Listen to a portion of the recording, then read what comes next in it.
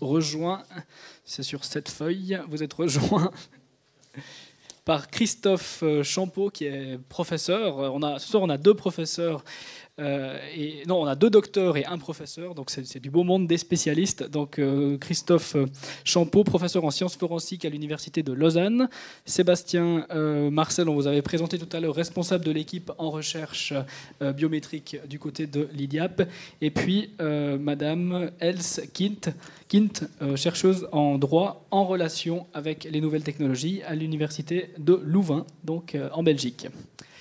On va articuler cette discussion en 3 points. Tout d'abord, la cybersécurité, comme ça on est bien dans le titre, la biométrie dans la cybersécurité.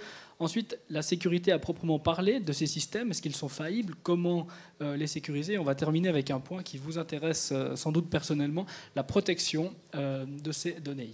Oui.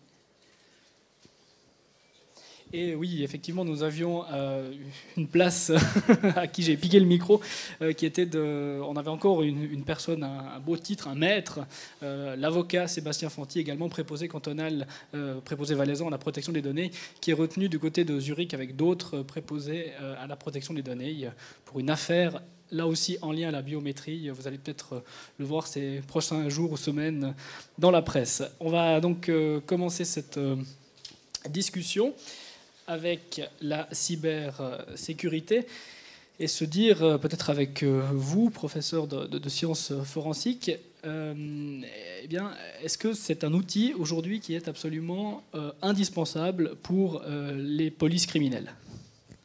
Ah oui, indéniablement. Déjà, bonsoir. Bonsoir tout le monde. Indéniablement, les techniques biométriques sont au service de l'enquête policière.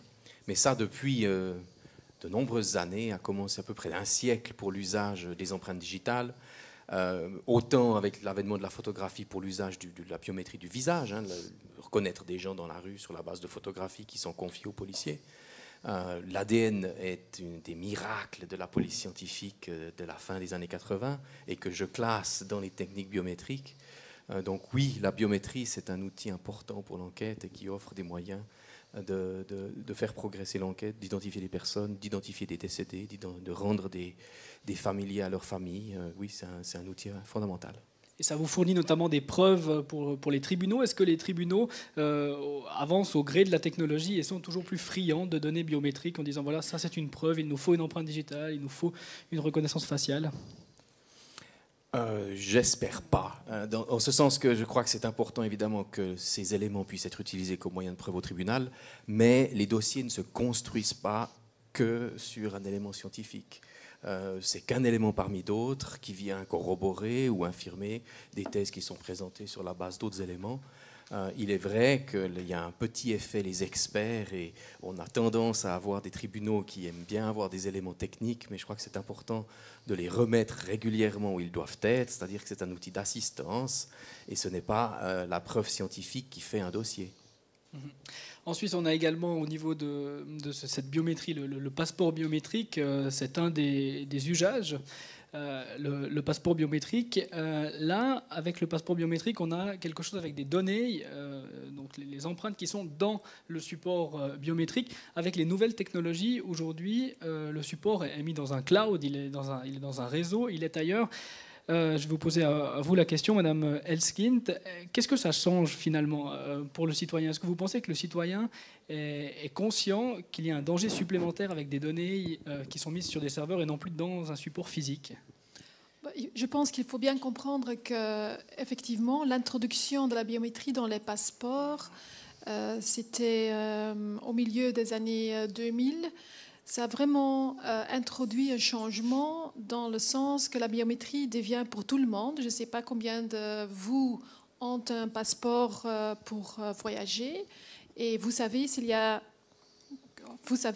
vos empreintes sur les passeports. Je ne sais pas combien de personnes ici dans la salle savent très bien, sont bien informées de la biométrie qui est dans leur passeport. Je ne sais pas s'il y a des gens qui veulent montrer. On peut lever la main, voilà.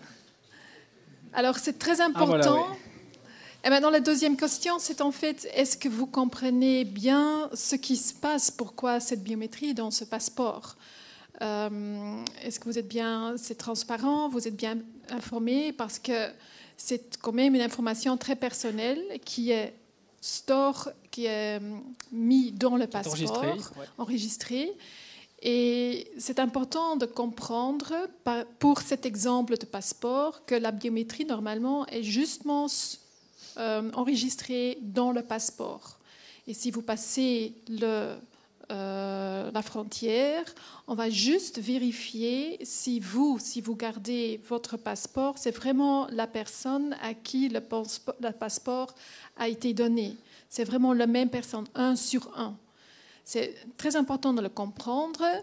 Et cette application de biométrie pose moins de problèmes, moins de risques, parce que c'est enregistré dans un objet que vous gardez sur vous. Et normalement, vous êtes prudent que vous ne perdez pas votre passeport. C'est une toute autre histoire si la biométrie est prise et vous ne comprenez pas très bien que votre biométrie, l'empreinte, votre visage est dans le cloud et vous ne savez pas où, dans quel pays, gardé par qui. Et là sont les vrais risques de la biométrie, que ce n'est pas transparent parce que c'est toute une technologie derrière une application.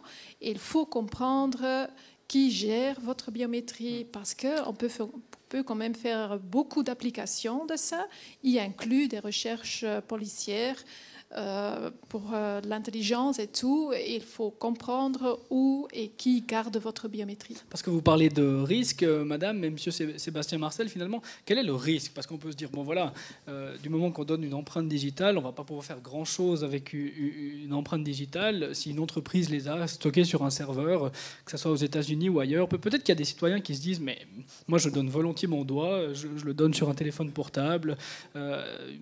Quel est le risque, Sébastien Marcel, avec ça? Pourquoi on devrait avoir peur de cela? Donc, un des risques, c'est la possibilité de falsifier des empreintes biométriques. Donc, par exemple, comme à l'image ici, on peut fabriquer des fausses empreintes digitales à partir d'un certain nombre donc à partir de l'empreinte digitale, soit avec la coopération de la personne qui va mettre son doigt dans un moule, soit sans la coopération, à partir d'une trace latente qu'on peut relever sur une surface très lisse. Donc, c'est possible de relever l'empreinte.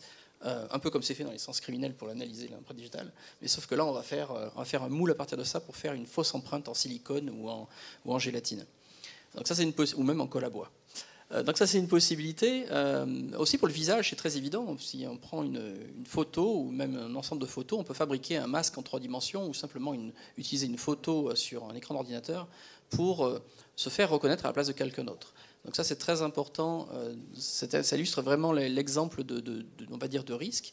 Et c'est pour ça qu'il faut comprendre les risques auxquels on peut être exposé et savoir qu'il existe quand même des possibilités de sécuriser ça. Effectivement, la biométrie ne s'arrête pas aux empreintes digitales ou à l'ADN dans une certaine mesure, mais effectivement la photo, et ça c'est peut-être nouveau, parce que lorsqu'il y avait l'invention de la photo, on risquait pas grand-chose de donner cette photo. D'ailleurs, on n'en donnait pas beaucoup, parce qu'il y avait relativement peu d'appareils photo, pas tout le monde y avait accès.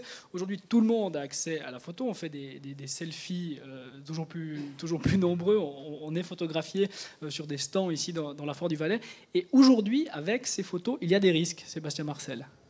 Bon, déjà, le risque, c'est que forcément, vous ne donnez pas forcément votre consentement. Quand quelqu'un prend une photo ici à la Foire du Valais sur un stand quelconque d'un journal très connu ou de la Poste, par exemple, on ne sait pas où votre photo va aller. Vous allez peut-être la retrouver sur Facebook le lendemain ou sur un site internet, et on ne vous a pas demandé très clairement, on vous a pas demandé l'autorisation. On vous a pris une jolie photo, on vous a donné un chapeau très coloré en échange. Vous êtes très content, c'est la Foire du Valais, c'est fantastique. Mais après, votre photo, elle est sur Internet, et on ne vous a pas forcément expliqué que cette photo, elle serait sur Internet, que tout le monde pourrait voir que vous y êtes. Donc, si ce n'est les aspects et pas seulement la voir, parce qu'avec cette photo, on peut l'assigner à un nom, et ensuite Facebook et Google ont des outils pour assimiler un nom à une photo et faire de la reconnaissance faciale, et ça existe déjà. Bon, ça c'est l'aspect du croisement des bases de données. C'est quand on a une base de données, une base de référence d'images ou d'empreintes digitales qui a été stockée pour un usage particulier, ce qu'on veut éviter, c'est qu'elle puisse être utilisée pour un autre. Donc ça, c'est un des axes de recherche, justement, de pouvoir faire en sorte de sécuriser les données, de sorte à ce qu'elles puissent être utilisées pour un usage et pas pour un autre. Et ça, est-ce qu'on a les compétences en Suisse? Est-ce qu'on a des équipes? Voilà. Quels sont les acteurs finalement en Suisse de la biométrie? Est-ce qu'on en a peu? Est-ce qu'on en a beaucoup? Est-ce qu'on en a au niveau de la création de nouveaux produits pour l'usage de l'industrie? Ou est-ce qu'on en a au niveau de la sécurisation? Est-ce qu'on le sait, ça? La place de la Suisse dans la biométrie? Donc la place de la Suisse dans la biométrie, donc comparée à l'Europe, elle est un peu plus petite, si je peux dire comme ça. En fait, les quelques entreprises en Suisse sont essentiellement des intégrateurs qui prennent les technologies à gauche, à droite et qui les intègrent. Mais les grands groupes ceux qui fabriquent vraiment les produits, les solutions, ils sont pas en Suisse. Ils sont dans d'autres pays en Europe. Ensuite, il y a l'aspect recherche. Dans l'aspect recherche, donc il y a deux aspects. Il y a la sécurité propre à la sécurisation des données et les recherches en biométrie. Et là, il y a assez peu de recherche, effectivement. Probablement, l'IDIAP est un des seuls laboratoires de recherche vraiment en biométrie en Suisse. Et du côté de la police, Christophe Champeau, les sciences forensiques, est-ce qu'elles développent des mesures de sécurisation et toujours est-ce qu'elles sont actives dans la recherche pour la biométrie? Ah oui, nous, c'est notre fonds de commerce, la biométrie, donc c'est important de garder, d'évaluer dans chaque nouvelle technologie qui se présente à nous, à des utilisations policières, de faire une investigation dans quelle mesure elle peut réellement être utile à l'enquête.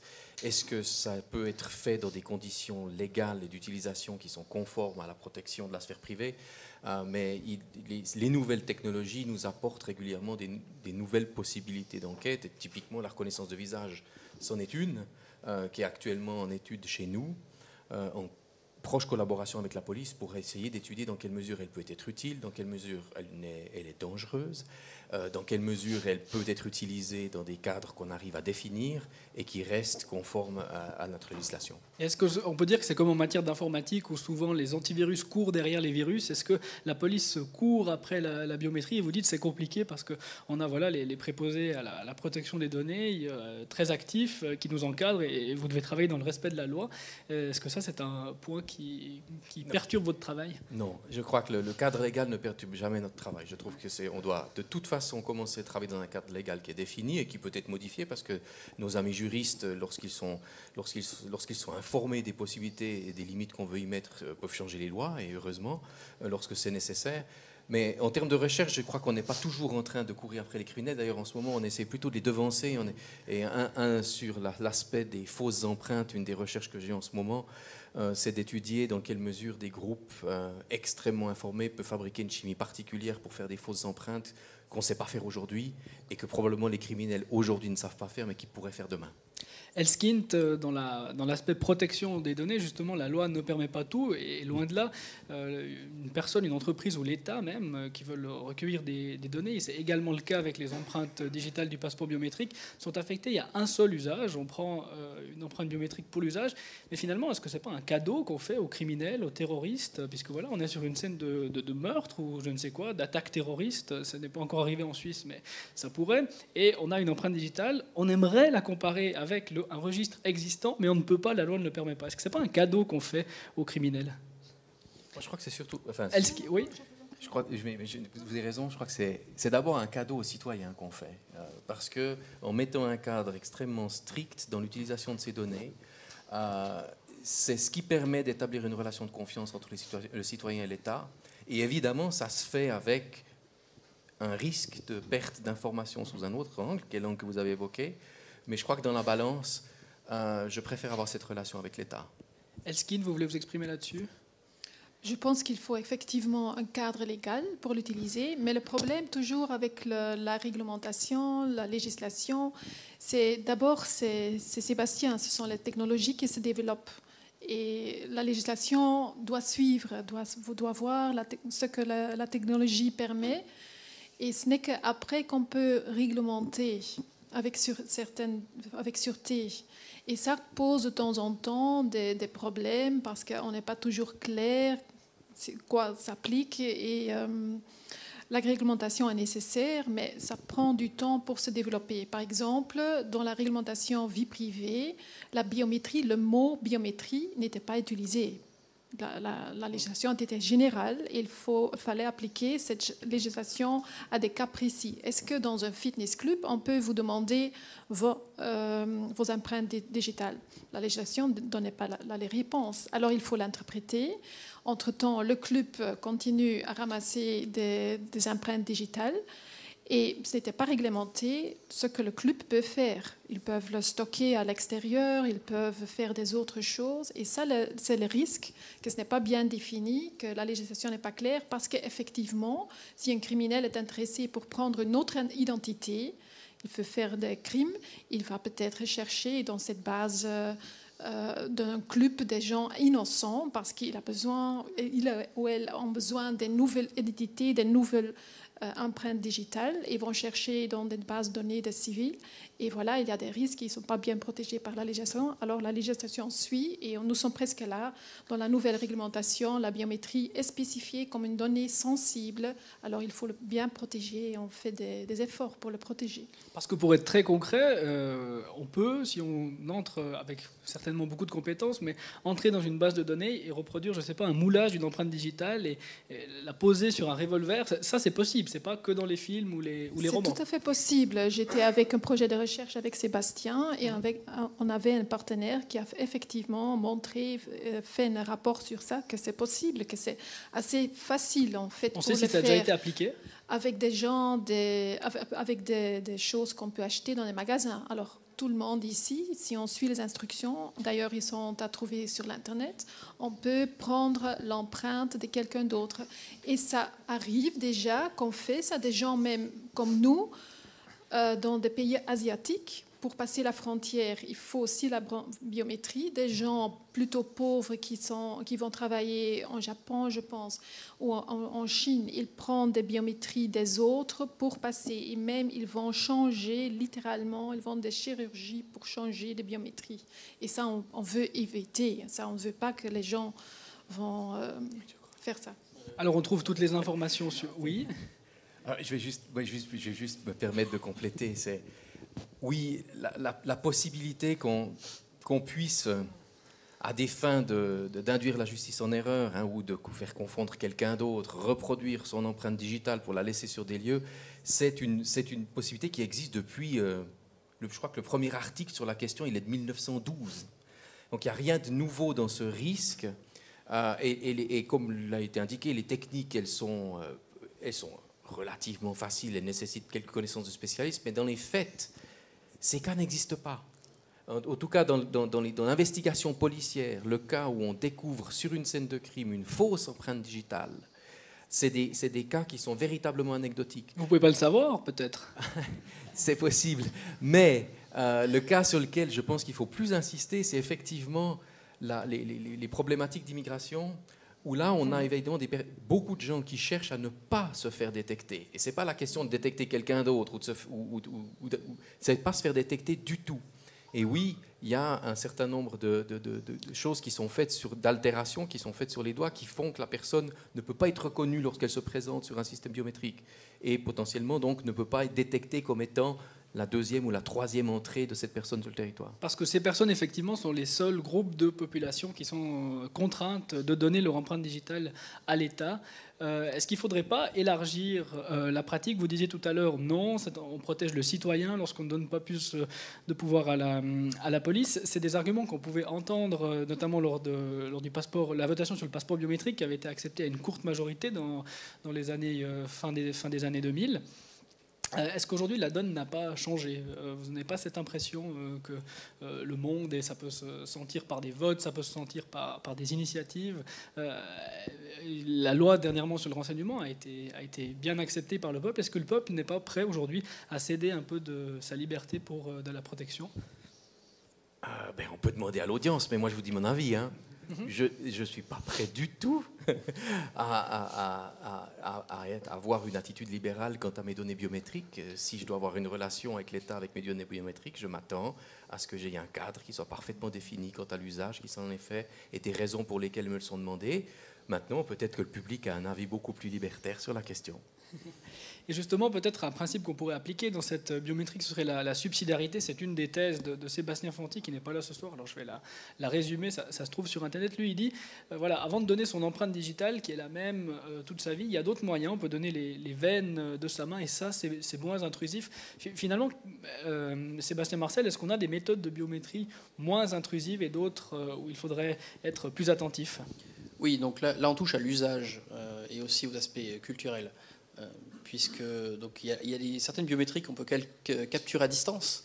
Donc l'exemple type, c'est la reconnaissance de visage ou la reconnaissance vocale. Hein. Je parle à distance du micro. Là. Ça, c'est aussi de la biométrie. Ouais, c'est aussi de la biométrie. Mais il y a plein d'autres biométries. Parmi celles qui sont les plus sécurisées, c'est l'empreinte digitale, l'iris, où il faut être très proche du capteur, l'empreinte veineuse aussi, donc qui présente un certain nombre d'avantages, comme vous l'avez mentionné. Donc, l'avantage en question, c'est que, à la différence du visage ou de l'empreinte digitale, on ne laisse pas de traces latentes.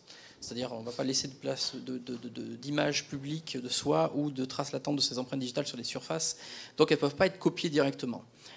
Néanmoins, ça n'empêche pas qu'on ne puisse pas les falsifier, puisque si cette empreinte veineuse elle est stockée sur un support ou dans une base de données et qu'elle est volée, alors potentiellement on peut l'utiliser pour créer une falsification, créer un faux.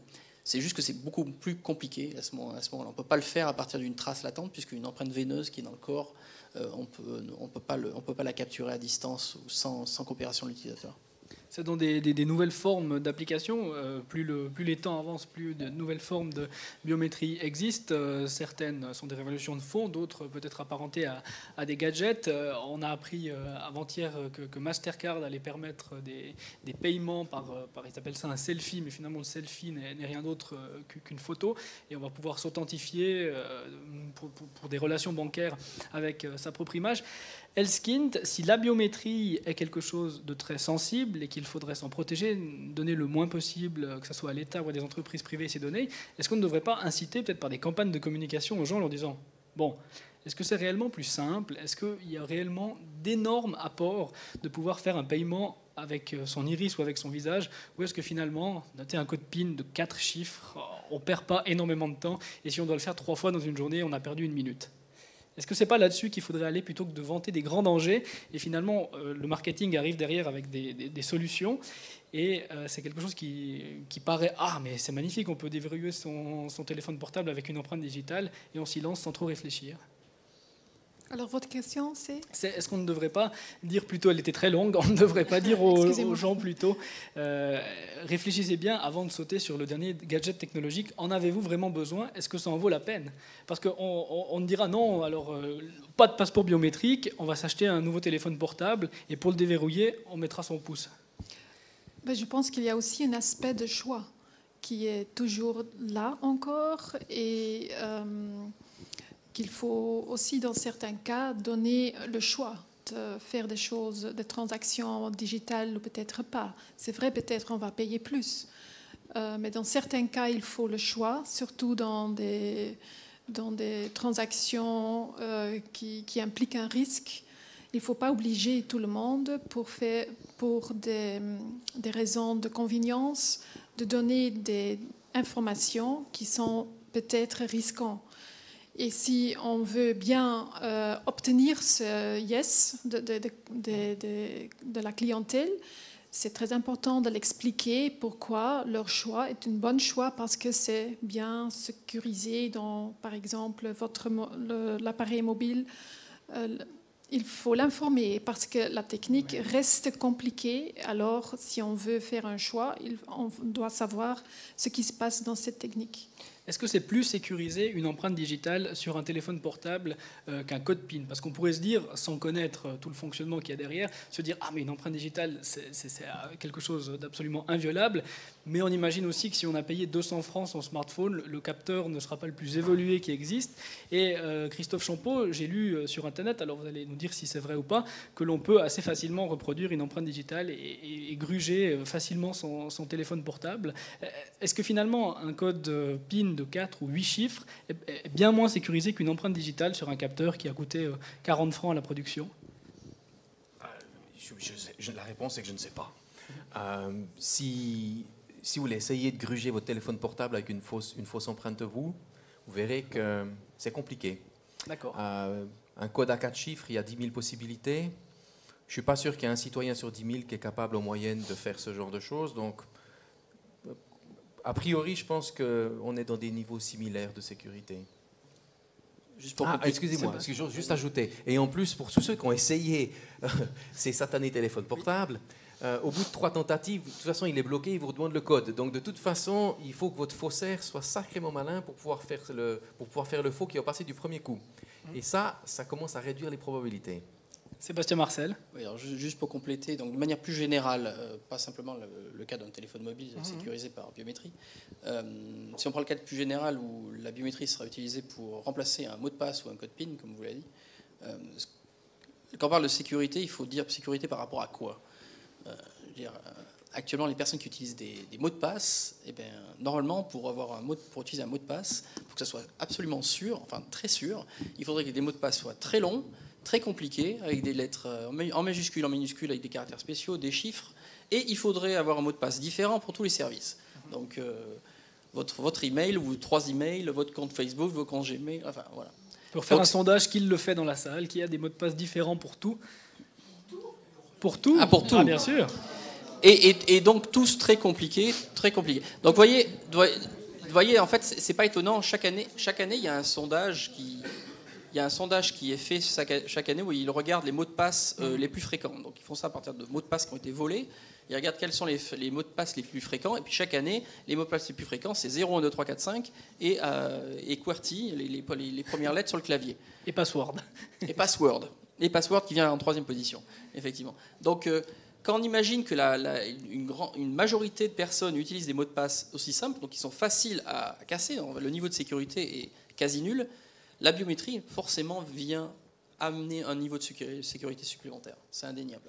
La biométrie par empreinte digitale n'est aujourd'hui pas excessivement encore développée. Pour avoir fréquenté un collège sédunois, pour aller ensuite manger à midi à la cantine, on avait dû donner nos empreintes digitales. Je ne sais pas si c'est quelque chose que la loi permet. On n'avait pas l'impression d'avoir forcément signé un formulaire nous disant dans la raison pour laquelle nos données allaient être utilisées. Des fitness utilisent aussi cette possibilité si on veut y aller le week-end, la nuit. Quel est l'encadrement là autour, peut-être Christophe Champeau ou bien Elskind, quel est l'encadrement légal en Suisse? Voilà, est-ce que si notre fitness nous demande une empreinte, est-ce qu'il a le droit de le faire? Chaque pays essaye effectivement de trouver le bon cadre pour le permettre ou de le restreindre. J'ai étudié quelques systèmes légaux et on essaye de faire un règlement. En tout cas, en Europe, on s'est mis d'accord. Alors, tous les pays, en fait, les représentants politiques, que la biométrie est une donnée sensible pour plusieurs raisons. Et alors qu'il faut, si on va le traiter, il faut des safeguards, special safeguards, des mesures spécifiques pour le protéger.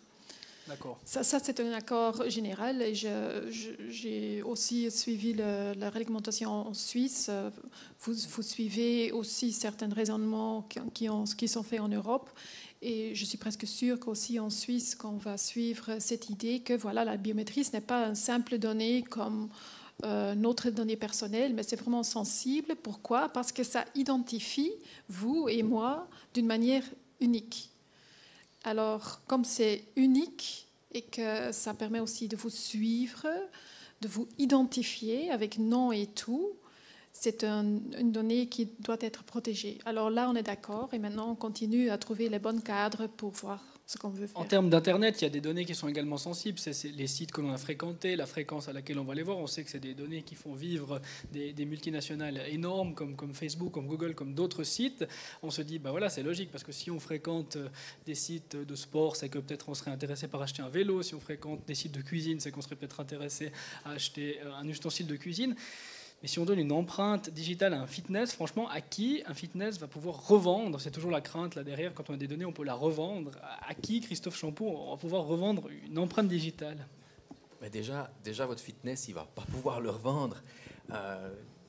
Par la loi, donc c'est tranquille, par la loi, on peut le il donner est sans obligé autre. de déclarer l'acquisition de données biométriques. Déjà, pour commencer, c'est pas une bonne idée de mettre un système avec les empreintes digitales dans un fitness.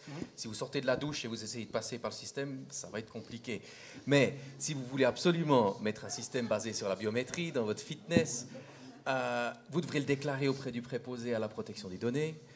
Celui-ci va vous demander un cahier des charges, va déjà vérifier s'il y a adéquation entre les objectifs visés et le moyen mis en œuvre, ce qui en l'occurrence n'est pas excellent, et va vous auditer régulièrement pour savoir si ces données sont maintenues et utilisées de manière convenable.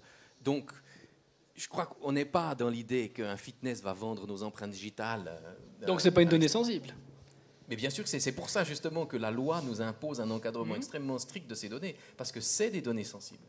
Mais finalement, on ne peut pas en faire grand-chose. Sébastien Marcel. Ce qui pourrait se passer, c'est qu'ils peuvent se les faire voler. Je veux dire, ces Mais données, pour faire quoi? Je l'ai dit tout à l'heure, Voilà. fabriquer des empreintes. On est dans ce cas, mais ce cas, il fait presque sourire, non? Oh non, je ne fais pas sourire. D'accord. Si vous regardez, il y a l'exemple, c'était l'année dernière, c'était le FBI qui s'est fait, ils se sont fait pirater une base de données de je ne sais pas combien, 1 million d'empreintes digitales. Donc il y a une faille de sécurité et simplement ils se sont fait voler les empreintes digitales avec les identifiants. Donc ces données ont une valeur, on peut les utiliser pour faire des faux passeports peut-être. Et pour contrer toute cette évolution technologique, justement, combien ça coûte? Est-ce que les entreprises, l'État ont les moyens, l'envie d'investir là-dedans? Et surtout que c'est un coût, on pourrait presque l'appeler fixe, puisque au fur et à mesure des évolutions, il faudra continuer à payer. Est-ce qu'en Suisse, il y a des acteurs qui sont intéressés à mettre de l'argent là-dedans? Est-ce que l'État est demandeur également, Sébastien Michel? Je suppose. Maintenant, je connais pas l'État direct en personne, donc je ne peux pas répondre à leur place. Mais je sais qu'il y a un gros besoin, effectivement. Et donc, ça va être incontournable. Beaucoup de grands acteurs industriels en Suisse, dans le domaine de la sécurité en général, savent qu'il faut investir massivement. On a eu le cas de RUAG il y a quelques mois, je crois. Il s'est fait voler des données. Voilà, oui. donc ces gens-là savent que la sécurité est très importante et que c'est un problème très compliqué. Parce que les outils qu'on peut acheter si on est une entreprise ou si on est même l'État, voilà, pour de la biométrie, est-ce qu'il y a des labels européens, mondiaux, suisses qui existent de certification en disant voilà, ça c'est absolument fiable, ou finalement c'est le marketing qui primera, on a des systèmes, on dit ah, c'est très sécurisé et on est obligé de croire parce que de toute façon on ne peut pas vérifier? Oui, alors c'est un peu ça pour la biométrie en fait. Je ne peux pas répondre pour les services de sécurité en général. Je sais qu'il y a des mécanismes de certification qui existent, mais pour la biométrie, paradoxalement, il n'y a rien qui oblige un vendeur d'une solution biométrique de se faire certifier, première chose. Il n'y a pas de législation qui oblige ça. Il n'existe pas de méthode de certification pour les systèmes biométriques. En tout cas, elles sont très peu développées et il y a une seule exception, c'est pour les empreintes digitales, pour les lecteurs d'empreintes digitales, où il existe une certification qui est pour les lecteurs d'empreintes digitales, mais elle n'est pas obligatoire. Voilà. Donc en fait, c'est un peu le concours de beauté. Si je peux... Donc si quelqu'un va acheter un système de sécurité, chaque vendeur va lui dire je suis le meilleur, il faut le croire. Elskind là-dessus? J'ai encore une autre réflexion plus générale. En fait, on a parlé des risques, mais en fait, c'est vrai que comme la biométrie vous identifie d'une manière assez sûre, la biométrie a aussi des avantages aussi pour vous et moi. Par exemple, vous êtes en vacances à l'étranger, vous perdez vos papiers d'identité et normalement, vous pouvez obtenir d'autres papiers d'identité dans un autre pays. Et simplement, ils vont demander qui vous êtes, ils vont donner un papier provisoire et sur base de ça, peut-être, vous auriez une nouvelle carte d'identité, quelque chose. Mais imaginez-vous, la même procédure, c'est aussi pour des gens, des personnes avec des mauvaises intentions. Facilement, il y a des déclarations de perte de papiers à l'étranger et ils obtiennent des nouveaux papiers, mais avec votre identité. Et ça n'a pas vérifié si cette personne est vraiment vous ou pas. Alors on réfléchit d'installer une sorte de biométrie qui peut prouver que c'est vraiment la personne qui demande des papiers au nom de moi, que c'est vraiment c'est moi, sur base de la biométrie qui est d'une manière secure installé quelque part. Alors la biométrie peut aussi, dans des cas spécifiques, perte de papier, réfugiés qui n'ont pas de papier, être utile pour prouver une identité. Mais il faut de nouveau un encadrement. Et Christophe Champeau, là-dessus, ensuite on passera la parole à la salle. Aussi, un autre avantage, si on est à l'étranger et que ça se passe mal, alors on va faire une référence un peu macabre, mais à l'actualité du jour, avec beaucoup de morts en Haïti, avec un puissant ouragan, et ben voilà, si par exemple il y a des Suisses qui sont là-bas, ou n'importe quelle nationalité, et qui meurent, et pour identifier leur corps, c'est pas facile, là la biométrie, ça a un énorme avantage aussi.